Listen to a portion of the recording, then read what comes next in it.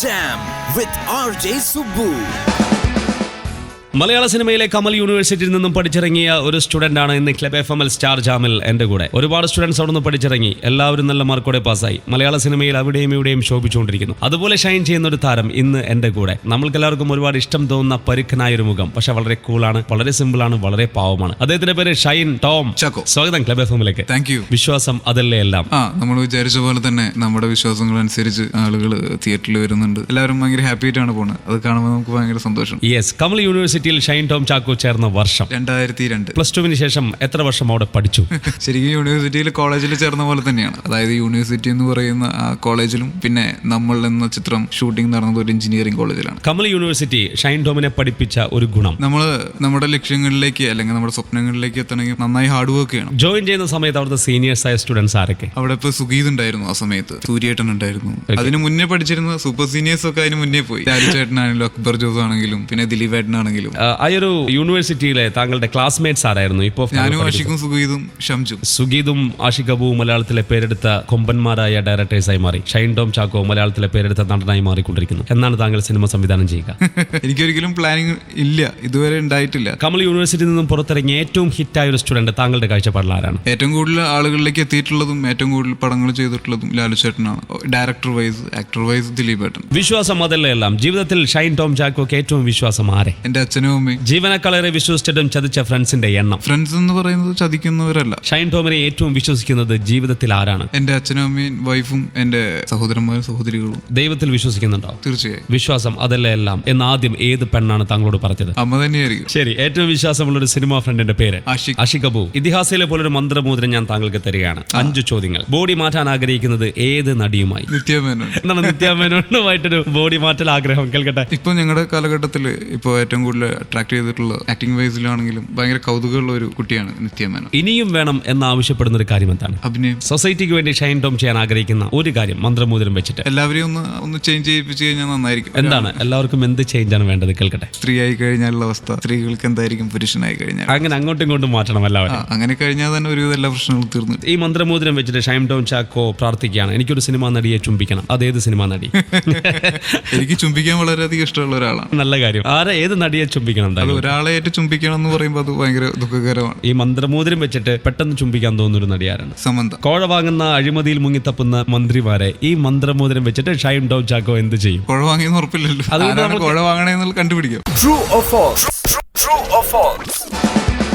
ഇനി club FM star ജാമിൽ true or ഫോൾസിന്റെ ടൈം. ഞാൻ ഷൈൻ ടോം ചാക്കോ, രണ്ടുപേരും ഒരു ട്രൂ ഓർ ഫോൾസ് കളി. Sir ready? ഞാൻ എല്ലാവരെയും പെട്ടെന്ന് വിശ്വസിക്കും.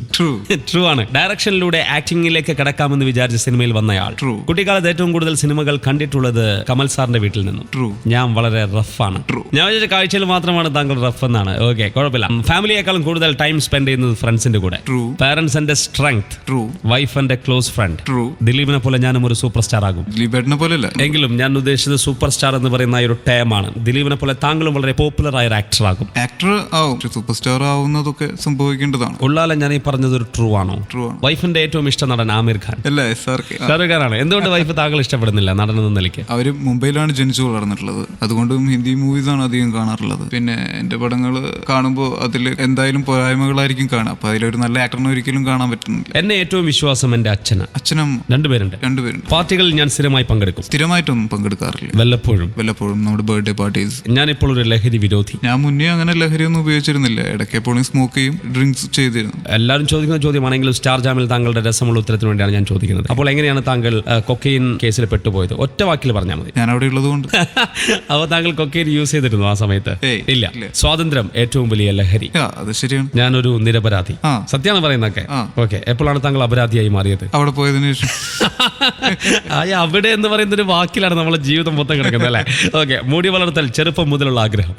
കുറെ ചിരി എപ്പോഴും ഫേസിൽ ഉണ്ടാകും. ചപ്പാത്തി, ഫിഷ് കറി ഏറ്റവും ഇഷ്ടപ്പെട്ട ഫുഡ്? എനിക്ക് ചോറും ചെറുപയർ കറി. മുത്തേ വിളി ഹിറ്റാക്കിയത് ഞാൻ? മുത്തേ ഓൾറെഡി ആളുകളുടെ ഹിറ്റായിരുന്നു മട്ടാഞ്ചേരി ഭാഗങ്ങളിൽ. എങ്കിൽ കൂടിയും കേരളം മൊത്തം ഹിറ്റാക്കിയത് അന്നേം റസൂൽ അബുവാണ്. അബുവാണ് അത് വിളിച്ചിട്ട്. മഴ കാണുന്നത് ഏറ്റവും ഇഷ്ടം. ശരിയാണ്. യാത്രകൾ അധികം ചെയ്യാറുണ്ട്. ഞാനും ഷൈനും തമ്മിൽ ഒരു ബെറ്റിന്റെ ഗെയിമിലേക്ക് കിടക്കാൻ വേണ്ടി പോവാണ്. അതിന് മുൻപ് 3 ചോദ്യങ്ങൾ ചോദിക്കട്ടെ ബോസ്. അസിസ്റ്റന്റ് ഡയറക്ടർ താങ്കൾക്ക് ആദ്യമായി കിട്ടിയ ശമ്പളം എത്ര? 1200. First movie act acting Gaddama എത്ര ശമ്പളം കിട്ടി? 60. വിശ്വാസം അതല്ലേ എല്ലാം. ലാസ്റ്റ് മൂവി താങ്കൾ വാങ്ങിയ ക്യാഷിന്റെ എണ്ണം, ലക്ഷങ്ങളുടെ എണ്ണം. പറയൂല സുബോ, ഇൻകം ടാക്സും ആ ടാക്സും അല്ലെ. ശരി, ചിരിയിൽ ഒതുക്കിയിരിക്കുന്നു. ഞാൻ അദ്ദേഹത്തെ കമ്പൽ ചെയ്യുന്നില്ല. നമുക്ക് നേരെ ഗെയിമിലേക്ക് ചാടിക്കിടക്കാം.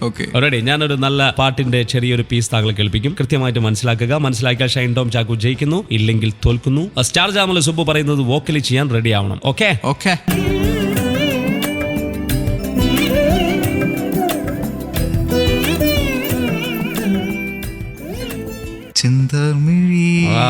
Super super. ഇത് ഏത് മൂവിയിലെ? ഇത് പെരുമഴക്കാലം. ഇതിന്റെ രചന കൈതപ്രം. സംഗീതം ജയചന്ദ്രൻ.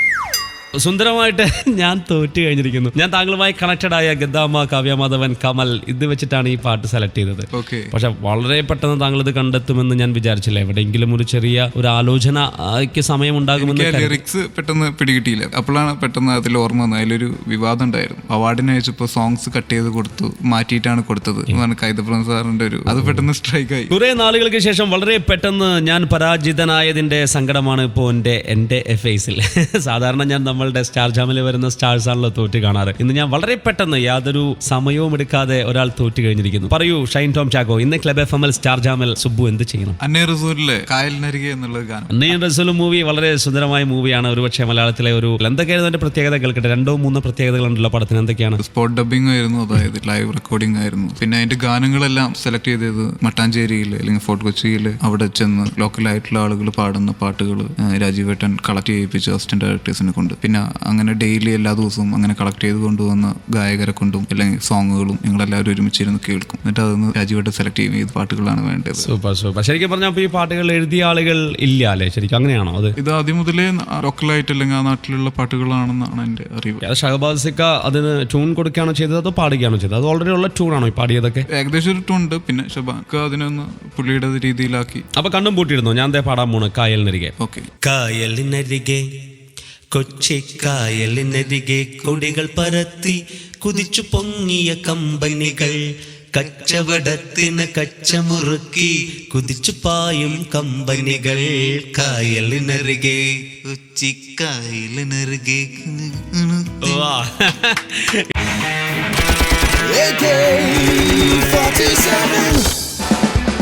ഇനി ക്ലബ് FM സ്റ്റാർ ജാമിലേക്ക് 47. ഒരു ഗണ്ണെടുത്ത് ഞാൻ നിൽക്കുന്നു. വെടിയേറ്റു വാങ്ങാതിരിക്കാൻ എന്നോടൊപ്പം ഷൈൻ ടോം ചാക്കോ. Sir ready?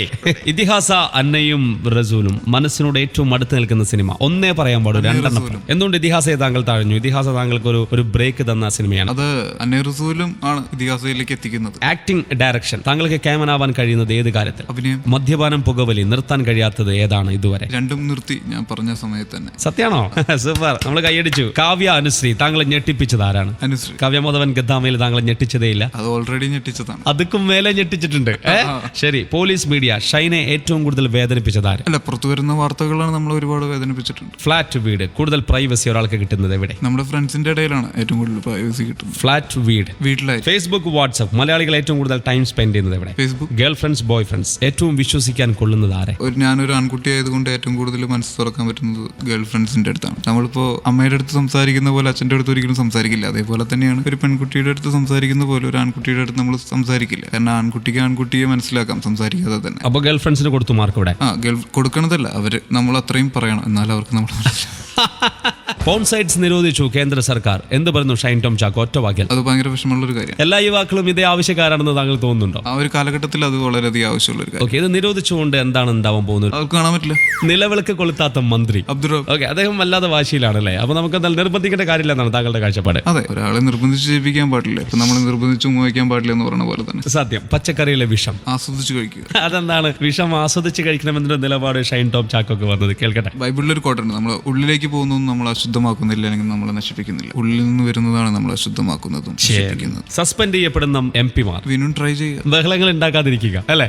ബീഫിന്റെ വില നല്ലതാണ്, ഇപ്പൊ കൂടിക്കൊണ്ടിരിക്കുന്നു. ഈ സിഗരറ്റ് അത് ശരിയായില്ലെന്ന് തോന്നുന്നു. ആവശ്യമില്ല. കൊക്കെയിൻ, അതൊരു ചെടിയിൽ നിന്ന് ഉണ്ടാക്കുന്ന സാധനമാണ്. കൊക്കെയിൻ കണ്ടിട്ടുണ്ടോ ഷൈൻ ടോം ചാക്കോ? കുറച്ചു കാലമായിട്ട് അത് തന്നെയാണല്ലോ അധികം കാണിക്കുന്നത്. എന്റെ പേര് തന്നെ അതായി മാറിക്കൊണ്ടിരിക്കുകയാണ്. നിശാ പാർട്ടികൾ, പാട്ടും ഡാൻസ്. നിശാ പാർട്ടികളിൽ പങ്കെടുക്കുന്ന താരങ്ങളുടെ എണ്ണം കൂടുകയാണോ കുറയുകയാണോ മലയാള സിനിമയിൽ? നിശാ പാർട്ടികൾ എന്ന് പറയുന്നത് നമ്മളെല്ലാവരും നമ്മുടെ ഫ്രണ്ട്സ് എല്ലാവരും ചേർന്ന് കൂടി ഉണ്ടാകുന്ന ഒരു പാർട്ടിയിൽ ഡാൻസ് ചെയ്യുന്നു, പാട്ട് വയ്ക്കുന്നു, ഡാൻസ് ചെയ്യുന്നു, അത്രേ ഉള്ളൂ. അല്ലാതെ കൂടുതലായിട്ടൊന്നും അത് ബർത്ത്ഡേ പാർട്ടീസ് ആവാം, ചിലപ്പോൾ വെഡിങ് ആനിവേഴ്സറി പാർട്ടീസ് ആവായിരിക്കാം, അല്ലെങ്കിൽ ഏതെങ്കിലും മൂവിയുടെ സെലിബ്രേഷൻ പാർട്ടീസ് ആയിരിക്കാം. ഇപ്പോൾ ആദ്യമായിട്ട് ഇപ്പോൾ കണ്ടുപിടിച്ചൊരു കാര്യമൊന്നുമല്ല നിഷ പാർട്ടി എന്ന് പറഞ്ഞാൽ.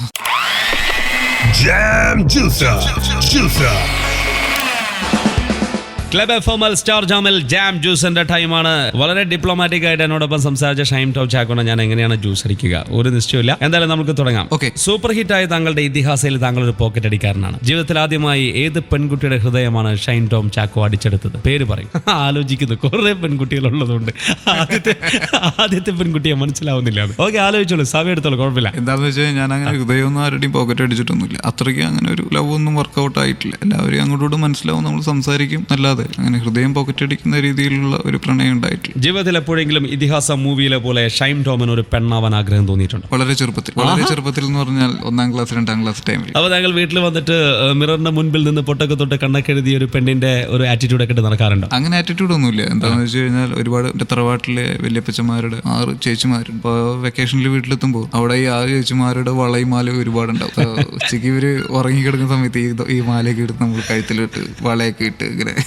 പെണ്ണിനെ ഏറ്റവും സുന്ദരിയാക്കുന്നത് അവളുടെ ശരീരത്തിൽ ഏത് ഭാഗമാണ്? മുൻഭാഗം.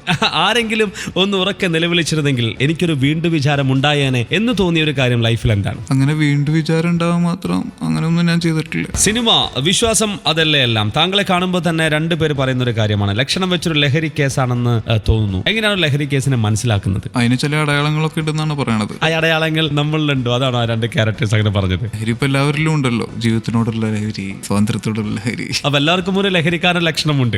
ചൂടത്ത് ജോലി ചെയ്താൽ എന്താണ് നമ്മളുടെ റീപ്രൊഡക്റ്റീവ് സിസ്റ്റത്തിന് സംഭവിക്കുന്നത്? താങ്കളുടെ അച്ഛനോട് പറയുന്നു വിശ്വാസം അതല്ലേ എല്ലാം എന്ന മൂവിയിൽ. ചൂട് പരിധിവരെ നമ്മൾ പ്രത്യുൽപാദന ശേഷിനെ വളരെയധികം കുറയ്ക്കുന്നുണ്ട്.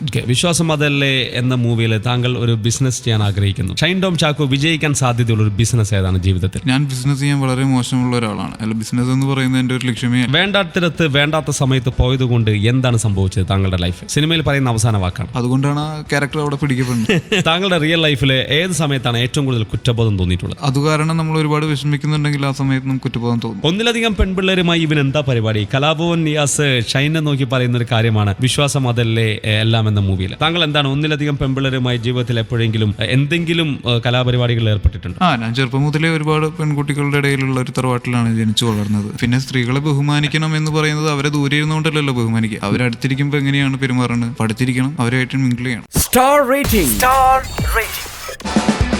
ഇനി ക്ലബ് എഫ്എംഎൽ സ്റ്റാർ ജാമിൽ സ്റ്റാർ റൈറ്റിംഗിന്റെ ടൈമാണ്. ഷൈൻ ടോം ചാക്കോ വളരെ ബുദ്ധിപരമായി മാർക്കിടാൻ വേണ്ടി എന്റെ കൂടെ ഇരിക്കുന്നു. ഷൈൻ ടോം, ഞാൻ താങ്കൾ പഠിച്ച യൂണിവേഴ്സിറ്റിയിലെ കുറച്ച് സൂപ്പർ സീനിയേഴ്സിനെയും കുറച്ച് ക്ലാസ്മേറ്റ്സിനെയും താങ്കളുടെ കുറച്ച് ജൂനിയേഴ്സ് ഉണ്ടാവാൻ വഴിയില്ല. താങ്കളാണ് ഏറ്റവും ജൂനിയർ എന്ന് തോന്നുന്നുണ്ട് അല്ലേ? അതിനുശേഷം ഇപ്പോൾ ഒരുപാട് പേര് വന്നിട്ടുണ്ട്. എങ്കിലും വളരെ പ്രശസ്തരായ വിദ്യാർത്ഥികളെയാണ് ഞാൻ തരാൻ പോകുന്നത്. ആദ്യം കമൽ യൂണിവേഴ്സിറ്റിയിൽ നിന്നും പഠിച്ചിറങ്ങിയ ദിലീപ് എന്ന് പറയുന്ന നടന് താങ്കൾ ഔട്ട് ഓഫ് 10 എത്ര മാർക്കാണ് ഇട്ട് കൊടുക്കുന്നത്? 8 മാർക്ക്. ലാൽ ജോസ് 8.5. അക്കു അക്ബർ താങ്കൾ കൊടുക്കുന്ന മാർക്ക് എത്രയാണ്? 7. സുഗീത് 6. എവിടെയാണ് അക്കു അക്ബറിനേക്കാളും ലാൽ ജോസിനേക്കാളും സുഗീതിന് 1-2 മാർക്കുകൾ ഒരു സ്റ്റുഡന്റ് എന്ന നിലയ്ക്ക് കുറഞ്ഞത്? അല്ല, ഇതിപ്പോ തുടങ്ങിയിട്ടല്ലേ ഉള്ളൂ. ഒരു എക്സ്പീരിയൻസിന്റെ പുറത്താണ് അല്ലേ? ഇനിയും ചെയ്യാൻ കിടക്കുന്നതല്ലേ ഉള്ളൂ ഒരുപാട്. ആഷിഖ് അബു എത്ര മാർക്ക് കൊടുക്കുന്നു? 7.5. ലാൽ ജോസിനേക്കാളും 1 മാർക്ക് എവിടെയാണ് ആഷിഖ് അബുവിന് പോയത്? കമൽ യൂണിവേഴ്സിറ്റി അത് പോയതല്ല, അത് വളരാനുള്ളതാണ്. താങ്കൾ വളരെ ബുദ്ധിപരമായുള്ള കരുക്കൾ നീക്കലാണല്ലേ? ഓക്കെ. റോഷൻ ആൻഡ്രൂസ് 7.5. ആഷിഖ് അബുവിനും റോഷൻ ആൻഡ്രൂസിനും സെയിം മാർക്കാണ്. ഷൈൻ ടോം ചാക്കോ ഏറ്റവും അവസാനം കമൽ യൂണിവേഴ്സിറ്റിയിൽ നിന്നും പഠിച്ചിറങ്ങിയ ഒരു വിദ്യാർത്ഥി. 3. അതെന്താ? എനിക്കൊരിക്കലും എനിക്ക് തന്നെ മാർക്ക് ഇടാൻ പറ്റില്ല. എങ്കിലും ഞെട്ടിപ്പിച്ചിട്ടുണ്ടെന്നേ. ഒരു 3 എന്ന് പറയുന്നത് വളരെ കുറഞ്ഞു പോയൊരു മാർക്കാണ്. ഇനിയും അല്ലെ 10ലേക്ക് എത്തണം. ഒരുപക്ഷെ മലയാളികളുടെ വിശ്വാസം നേടിയെടുത്തുകൊണ്ട് വിജയിക്കുന്ന ചിത്രത്തിലെ നായകൻ. ഷൈൻ, പറയൂ, എന്താണ് ഈ ഒരു സിനിമയ്ക്കായി ഒരു പേര് വരാൻ കാരണം? വിശ്വാസം അതല്ലേ എല്ലാം. ഇതിലെ ഒരു വിശ്വാസങ്ങളെ കുറിച്ചാണ് സംസാരിക്കുന്നത്. അതായത് മതവിശ്വാസങ്ങളെ കുറിച്ചല്ല, ഒരാളുടെ ഉള്ളിൽ ഉണ്ടായിരിക്കേണ്ട വിശ്വാസം. അവനെ ഒരു കാര്യത്തിന് ഇറങ്ങി പുറപ്പെട്ടാൽ അതിൽ എന്തൊക്കെ പ്രതിസന്ധികൾ അഭിമുഖീകരിക്കേണ്ടി വന്നാലും എപ്പോഴെങ്കിലും അതിൽ തോൽക്കേണ്ടി വന്നാലും അതിൽ പൂർണ്ണ വിശ്വാസം ഉണ്ടെങ്കിൽ അത് പൂർണ്ണമായി സമർപ്പിച്ചു കഴിഞ്ഞാൽ അതിനെല്ലാം ഓവർകം ചെയ്ത് ആ ലക്ഷ്യത്തിലേക്ക് എത്താൻ പറ്റും. ആ വിശ്വാസത്തിനെ കുറിച്ചാണ് ജയരാജ് വിജയ് വിശ്വാസം അതല്ലേ എല്ലാം എന്ന ചിത്രം പറയുന്നത്. അതുകൊണ്ടാണ് അങ്ങനെ ഒരു ടൈറ്റിൽ പുള്ളി കണ്ടെത്തിയത്. ശരിക്കും ഷൈൻ ടോം ചാക്കോയെ 12 വർഷത്തെ സിനിമ ജീവിതത്തിനിടയിൽ ഏറ്റവും കൂടുതൽ ഇൻസ്പയർ ചെയ്തൊരു നടനാരാണ്? മോഹൻലാൽ. സിനിമയിൽ എത്തണമെന്ന് തോന്നിപ്പിച്ച ഒരു സിനിമ ഏതാണ്? ഉണ്ണികളെ ഒരു കഥ പറയാമെന്നുള്ള ചിത്രമാണ്. ഷൈൻ ടോം ചാക്കോയുടെ ജീവിതത്തിലെ ഏറ്റവും കറുത്ത ഒരു ദിവസം ഞാൻ ചോദിച്ചാൽ ഏതെന്ന് പറയും? എനിക്ക് ഓർമ്മയില്ലാത്തൊരു ദിവസം. ഓർമ്മയില്ലാത്ത ആ ദിവസത്തിന്റെ ഡേറ്റ് മീൻസ് അത് ഓർമ്മയുണ്ടോ? ഇല്ല. ഇനി ഒരിക്കലും ആവർത്തിക്കില്ല എന്ന് താങ്കൾ മനസ്സാൽ ഉറപ്പിച്ചിട്ടുള്ള ഒരു തെറ്റ് അല്ലെങ്കിൽ ഒരു കാര്യം എന്താണ്? ഞാൻ കോപ്പി അടിക്കില്ല. എന്താ അത് കോപ്പി അടിക്കില്ല എന്ന്? ഇനി ഞാൻ ഒരിക്കലും ഒരു പരീക്ഷ എഴുതേണ്ടി വരില്ല, അതുകൊണ്ട് ഞാൻ അങ്ങനെ തീരുമാനം എടുക്കാൻ. എപ്പോഴും ചെയ്യണമെന്ന് ആഗ്രഹിക്കുന്ന ഒരു ശരി ഇനി മുതൽ എന്താണ്? വീട്ടിലായിരിക്കണം എന്ന് എനിക്ക് തോന്നാറുണ്ട് പലപ്പോഴും. വീട്ടിൽ നിന്ന് വിട്ടു നിന്നിരുന്ന ഒരു സമയം ഉണ്ടായിരുന്നു. നമ്മള് അല്ലെങ്കിൽ വളർത്തി വലുതാക്കിയവരാണ് അച്ഛനമ്മ. അപ്പൊ അവരെ വിട്ട് പോകണം അല്ലെങ്കിൽ അവരെ വിട്ടിട്ടാണ് നമ്മുടെ ജീവിതം തുടങ്ങുന്നതെന്ന് ഒരു തെറ്റിദ്ധാരണ നമുക്ക് ചില സമയങ്ങളിലുണ്ടാവും. പക്ഷെ അതല്ല, അവരുടെ ഒപ്പം നിന്നുകൊണ്ടാണ് നമുക്ക് ബാക്കിയുള്ള കാലം പോകേണ്ടതെന്നുള്ള ഒരു ശരി. Okay, super. ഷൈൻ ടോമിന് സിനിമയിൽ ഏറ്റവും കടപ്പാടാരോട്? കമൽ സർ. ജീവിതത്തിൽ ഏറ്റവും കടപ്പാടാരോട്? അച്ഛനും അമ്മയും. നമ്മുടെ സ്റ്റാർ ജാം 3 മണിക്കൂർ നമ്മൾ ഒരുമിച്ചായിരുന്നു. എന്താണ് താങ്കളുടെ ഫീൽ? 3 മണിക്കൂർ അറിഞ്ഞില്ല. ഞാൻ പോലും ചില സമയത്ത് കണ്ടെത്താത്ത അല്ലെങ്കിൽ പറയാത്ത ഉത്തരങ്ങളൊക്കെ പറയിപ്പിച്ചു. പിന്നെ ചോദ്യങ്ങൾ എപ്പോഴും നമ്മൾക്ക് ചെറുപ്പത്തിലെ ക്ലാസ്സിലിരിക്കുമ്പോൾ തന്നെ എപ്പോഴും പകച്ചിരിക്കുന്ന ഒരു കാര്യമാണ്. എപ്പോഴാണ് ചോദ്യം വരിക? പക്ഷേ ആ ഒരു പകക്കൽ ചില സമയങ്ങളിൽ മാത്രമേ ഞാൻ താങ്കളെ കണ്ടുള്ളൂ കേട്ടോ. വളരെ കൂളായിട്ടായിരുന്നു എല്ലാം ഫേസ് ചെയ്തത്. സൂപ്പർ. ടൺ കണക്കിന് ഫൺ. താങ്കളുടെ യുക്തിയിൽ 3 തവണ പറയും. ടൺ കണക്കിന് ഫൺ. ടൺ കണക്കിന് ഫൺ.